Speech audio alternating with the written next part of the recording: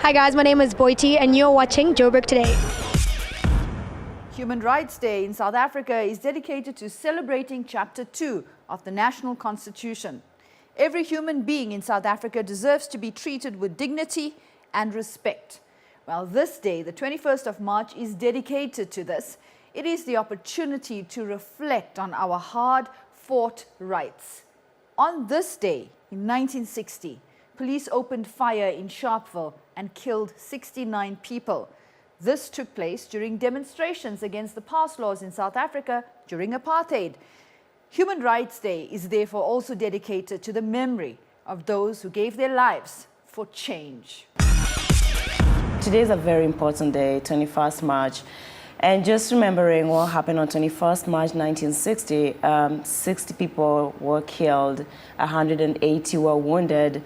And it's because of them that we today enjoy the rights that we have today. So it's important for us to celebrate this day because as a result of that, we have a constitution that we have the Bill of Rights enshrined into, and we need to continue reinforcing that. And I think that's why 21st May is really important. It's a day for us to continue reinforcing the Bill of Rights that are enshrined in the Constitution and make sure that each and every person continue to enjoy their rights to equality, rights to freedom and to reside, rights to language and culture, rights to life, the basics of human being.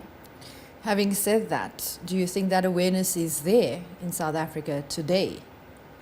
I think there's more that needs to be done around education, educating most of the younger generation for them to understand the struggles during the apartheid system, the freedom that we enjoy today, where did it come from? So I think there's more that needs to be done because we just talk about humans, right? But when you start asking about the story, most among millennials, they don't seem to understand the correlation of 21st March 1960 and today are celebrating Human Rights Day. So I think we need to do more and more so in our education curriculum. How do you make sure that we infuse these stories so that we don't lose them to the next generation when they come, they don't even understand what Human Rights Day is. So there's need for more education to take place.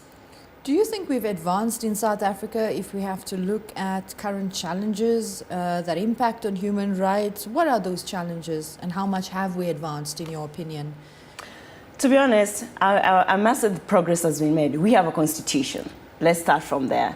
And we recognize the Bill of Rights that is enshrined in the Constitution. So I think there's something that protects us. There's something that we can use to defend ourselves. So that's a very big step forward. But still, we have issues that we are grappling with. Poverty continues to be a big issue. Violence, most of violence against women. In 2015, we had 41,516 rape cases in South Africa. That translates to 114 per day. I mean, this being, first of all, the Women's Month, I think it's a serious issue. Violence against women impedes development, and it's an issue that we need to continue to address. And also unemployment. I mean, last year, according to Stats SA, we had 8.9 million people who are looking for jobs but cannot find work. And youth unemployment in South Africa continues to be the highest in sub-Saharan Africa.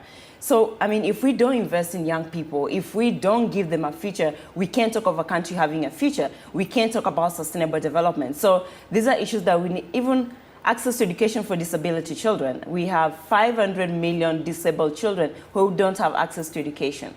So these are issues that we need to continue addressing, and we have to make it inclusive, and everybody has to be part and parcel of the progress.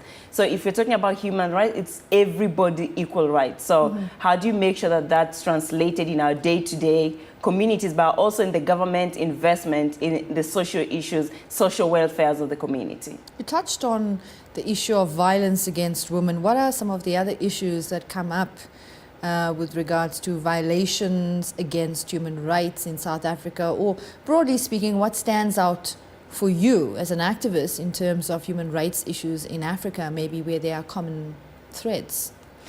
Also, when you look at, now broadly, when you look at the continent, violence has been used to silence women. Look at Central African Republic, look at Democratic Republic of Congo, where there's constant war going on.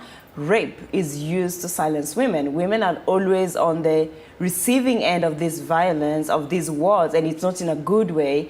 And even now the statistics that are out there, 1 in 3 women have experienced violence, some form of violence. So there's need for us to eradicate violence against women. Women make up more than half of the total population of the world globally. Sure. So this is a voice that cannot be ignored. This is a voice that cannot be looked at as second-class citizens.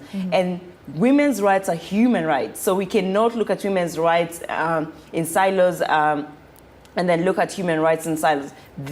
Women's rights are human rights. So how do you make sure that women are part and parcel of the socio-economic development of our communities? How do you make sure that our young girls are educated? How do you make sure that we eradicate early child marriage? So these are issues that we need to start having constructive dialogue around it, Sure. but also make sure that there's tangible investment that's put behind it for us to make progress. Very insightful discussion. Thank you so much for your time today.